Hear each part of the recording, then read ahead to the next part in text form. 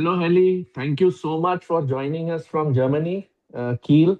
And thank you so very much कि आज आप हमारे साथ है और हमें थोड़ा बहुत जो नॉलेज चाहिए आपका B1 से जो एक्सपीरियंस हुआ है आपने जो B1 पाथवे चूज किया था इंडिया से जाने के लिए जर्मनी का और उसी के सिलसिले में हमें आपसे थोड़ा बहुत बात करना था और जानना था कि आपका एक्सपीरियंस टोटल कैसा रहा हुआ है। तो हम स्टार्ट करेंगे फर्स्ट क्वेश्चन से कि आपको Yeah. कितना टाइम लगा, कितना समय लगा आपने फर्स्ट इंटरव्यू जब क्लियर किया और उसके बाद में आपका कॉन्ट्रैक्ट कितने टाइम में आया और आप वहां जर्मनी कितने टाइम में पहुंच गए? तो can you just tell us something about that please? Yeah, sir. Sure. When I gave my first interview देने के after 20 days, within 20 days, I got my contract. Then I just signed it and sent it. Then after that uh, that pre-recognition of document that we say is NR primary base of NR it took time. It generally took me 4 months approx because that process goes through Deutschland, I mean Germany, and the process in Germany is slow. But after getting contract, I that process immediately got started, and within 4 months, I got my documents back, and after that, within 45 days, I got my visa on hand, and उसके बाद मैं जैसे ही visa आया उसके एक week के अंदर अंदर तो मैं जर्मनी आ गई थी. So it was quite easy. या सो जर्मनी जाने के बाद आपका एक्सपीरियंस कैसा चल रहा है अभी? Can you just brief us on that कि जो आपको यहाँ से हम लोगों ने प्रॉमिस किया था कि जैसे आपको अकोमोडेशन मिलेगा, एयरपोर्ट पिकअप मिलेगा, फ्लाइट टिकट मिलेगी और उसके अलावा आपका रहने का एक्सपेंसेस भी कवर होगा। और काफी सारे लोग हमें पूछते हैं कि वहां जाने के बाद एक्सपेंसेस क्या रहते हैं और कुछ सेविंग होता है या नहीं होता है। तो can you just brief us on that please? Yeah, sir, sure. The promises are really going on, right? क्योंकि when it was the time जब मैं इधर आने वाली थी, उस टाइम पे प्रॉब्लम था कि वॉर चल रहा था and the ticket rates were too high. मतलब अप्रोक्स 2 लाख के अराउंड टिकट रेट्स थे. बट एज प्रोमिस्ड मुझे मेरी टिकट कंपनी की ओर से मिली. अकोमोडेशन भी मुझे यहाँ पे कंपनी की साइड से ही प्रोवाइडेड है, तो मुझे अकोमोडेशन का एक्स्ट्रा पेमेंट नहीं करना पड़ रहा है. जबकि यहाँ पे जो स्टूडेंट्स इंडिया से आते हैं अलग से अकोमोडेशन लेके रहते हैं, उन लोगों को अप्रोक्स 450 यूरोज आई गेस अभी का जो रेट चल रहा है वो देना पड़ रहा है. बट मुझे अकोमोडेशन का भी कुछ एक्स्ट्रा पे नहीं करना पड़ रहा है.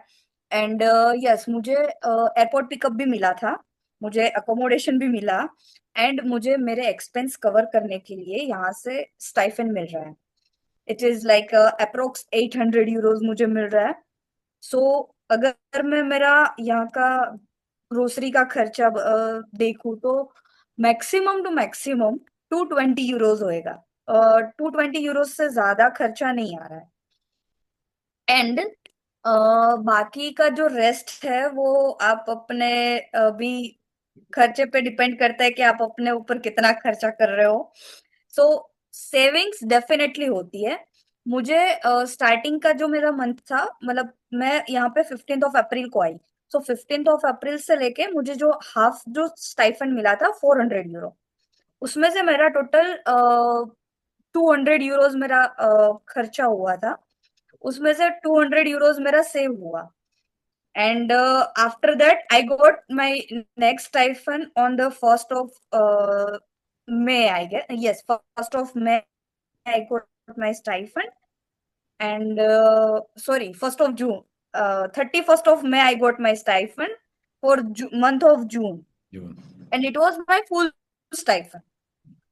So after हो रही है, like in India it was my mindset कि मैं अगर वहां पे जाके यूरोज कमा रही हूँ तो मेरा खर्चा भी यूरोज में ही होने वाला है, तो मैं सेव नहीं कर पाऊंगी. But it is not like that. Savings हो रही है, but for that you must have a good knowledge of savings, investment, and economy all. Okay. So thank you so much for the information. Heli, अब मुझे ये जानना है कि how are you taught B2 level और कैसा वहाँ पे एक्सपीरियंस है और ट्रेनर्स कैसे है और सराउंडिंग कैसा है, बच्चों के साथ इंटरेक्शन कैसा होता है और and finally that is it worth going there and learning B2 or it was better to stay in India and learn B2?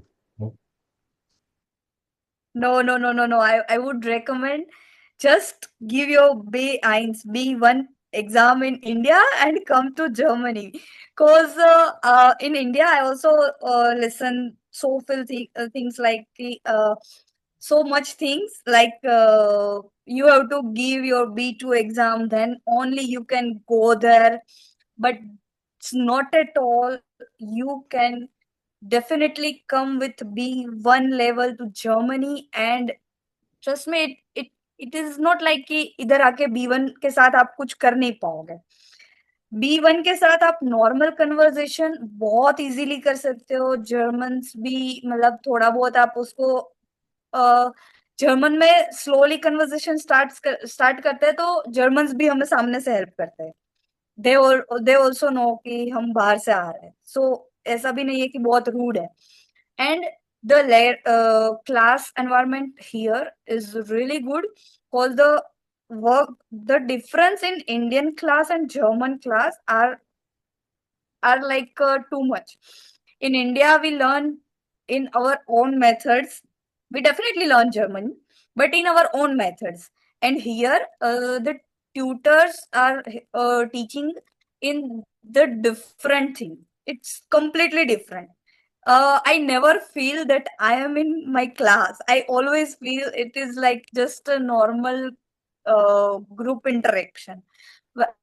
I just learn here with playing games. I learn here with normal discussions and all.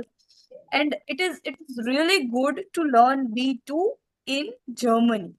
Because in B1, if you do your B2 in India, the problem is that in India, you will give 3 to 4 months to your B1 level.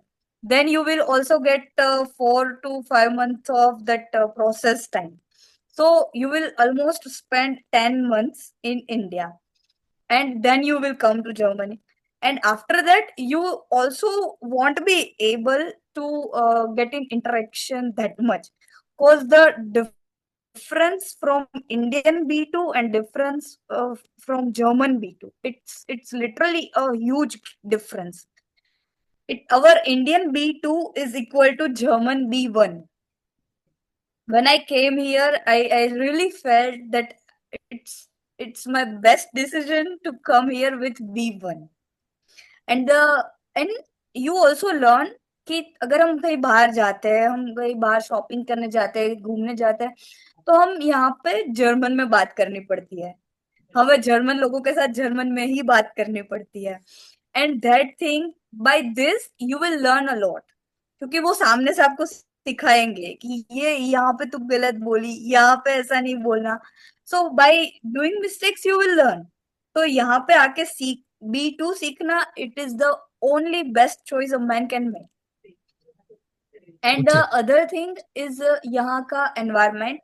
ये भी बहुत अच्छा है कि आपको यहाँ पे आके अंदर से जर्मन बाहर आ जाएगी. सारे वर्ड्स अंदर से ऐसे बाहर निकल निकल के आएंगे कि मुझे ये भी बोलना है, मुझे ये भी बोलना है ऐसा.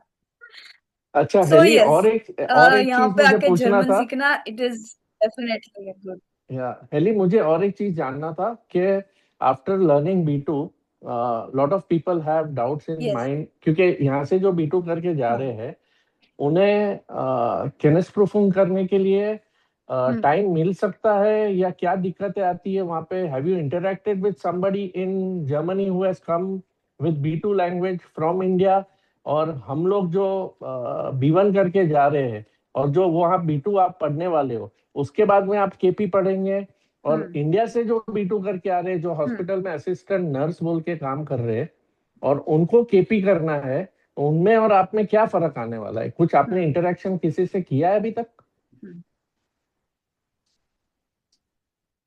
पहले I went to Hamburg and वहां पे मुझे एक इंडियन लड़का मिला. He is also nurse in Flensburg. And he when I interact with him, he was literally surprised with the process. He was like, how are you here? How? What is the I just can't understand this process.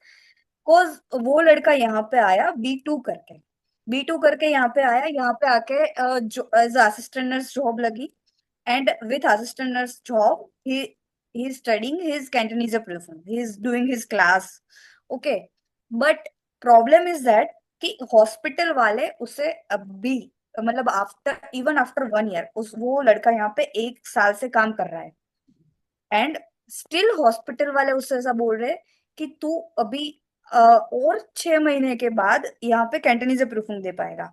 Not like कि तूने यहाँ पे इतना work किया है, it is enough, we know now that तुम्हें work आता है, so you can go for your Cantonese proofing. ये अथॉरिटी हॉस्पिटल के पास है उसके केस में. But in my case it is completely different scenario. क्योंकि मैं यहाँ पे B2 कर रही हूँ अभी. B2 कर रही हूँ अभी. मेरा B2 ये जुलाई एंड में मिड जुलाई में खत्म होगा. जैसे ही मेरा B2 खत्म होगा मिड जुलाई में, मेरी जस्ट अभी मेरी ट्यूटर के साथ बात हुई. उसने मुझे ऐसा बोला कि जैसे ही मिड जुलाई में खत्म होगा, जून जुलाई अगस्त या जैसे ही खत्म हुआ अगस्त के स्टार्टिंग में मेरी B2 की एग्जाम होगी. एंड मिड जुलाई जैसे ही खत्म हुआ ये जर्मन कोर्स, तुरंत वो लोग कैंटनीज प्रूफिंग का ट्रेनिंग स्टार्ट कर देंगे. मुझे जनरली यहाँ पे क्या होता है, जो भी नर्स इंडिया से आते हैं उनको कैंटनीज प्रूफिंग के लिए अलग से एक स्कूल सर्च करनी पड़ती है. यहाँ पे स्कूल सिस्टम है सब जगह पे, तो उन्हें एक अलग से स्कूल या क्लास ढूंढना पड़ता है. वहां पे जाके खुद को एनरोल करना पड़ता है. फिर वो सब प्रोसेस में आगे टाइम जाता है. एंड वहां पे भी एग्जाम प्रिपरेशन में आपको बहुत ज्यादा टाइम देना है, जॉब भी करनी है, टाइम भी देना है. और उसके बाद भी जब आपको हॉस्पिटल और बोलती है कि तुम्हें और 6 महीना यहाँ पे एज असिस्टेंट काम करना पड़ेगा, तुम नहीं कर पाओगे. So that thing gives you big depression. And जब मैंने बात करी मुझे पता चला कि ये लड़का ऑलरेडी डिप्रेशन में चला गया इन सब चीजों की वजह से. And my case it will be like मेरा B2 खत्म होगा, देन मेरी कैंटनीज प्रूफिंग की प्रिपरेशन होगी. और during Cantonese proofing preparation I will give my B2 exam. And on going मेरा कैंटनीज प्रूफिंग खत्म होता है तो उसके बाद तुरंत मेरी कैंटनीज प्रूफिंग की एग्जाम होगी. और उसके तुरंत बाद मेरा हॉस्पिटल में ज्वाइनिंग होगा. एंड वो भी एज असिस्टेंट नर्स नहीं, वो भी एज अ नर्स प्रॉपर. जो नर्स जैसे हम एज अ इंडिया में एज अ नर्स काम कर रहे हैं, सेम यहाँ पे ज्वाइन होगा. And with yes with work experience they are giving us more salary. Like मेरा एक्सपीरियंस 2 year का है, तो वो एक टेरिफ फेट्राग होता है, टेरी फेट्राग करके. तो उसके अंडर आपका जैसे एक्सपीरियंस होता है उसके अकॉर्डिंग कुछ अमाउंट ऐड करते हैं वो लोग. जैसे 100 euros या 120 euros 200 euros वो एक्सपीरियंस के अकॉर्डिंग ऐड होता रहता है. तो वैसे यहाँ पे नर्सिस की उन लोगों को बहुत जरूरत है. दे आर लाइक आप अगर जितने आ सकते हो इंडिया से आ जाओ. उनका सिर्फ एक ही मोटो है कि आप यहाँ के रूल्स फॉलो करो. एंड यहाँ पे लोगों को केयर की जरूरत है. यहाँ पे क्या है कि it is old age people ज्यादा है. And they need care from the younger ones. They need love, they need care from the younger one. And that is why they are like कि आप उसकी केयर करते हो तो वो लोगों का थोड़ा अच्छा रहता है. एंड इसीलिए आपको एक इतनी अच्छी सैलरी हाइक दे रहे हैं. Very nice. Very nice to hear this. This is very well explained, Heli. मतलब hearing it from you.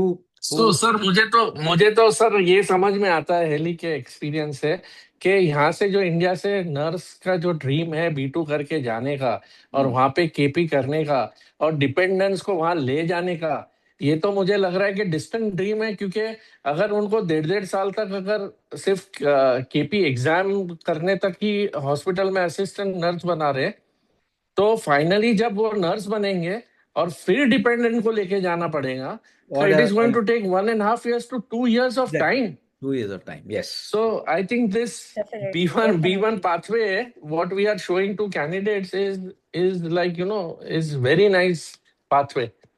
And thank you so much, Heli, for It your is like Swarg ki time. seedhi. And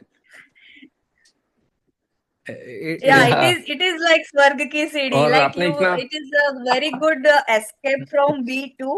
Because here we are doing B2 and it is really easy for us to do B2 here. If I was in India and I just going through my B2 process, so it was be more lengthy and more stressful for me. But it is like I just took escape from B1 and it is really good thing for me. Right. Thank you so much, Heli, for giving us time and proper information. I think आपका video देख के काफी सारे nurses inspire होंगे and काफी सारे लोगों को फायदा होगा। और बहुत ही ज्यादा Yes. शुक्रिया कि आपने इतना टाइम हमें दिया। आपका Thank you. शुक्रिया। Thank you so much. Thank you. Okay. And sir,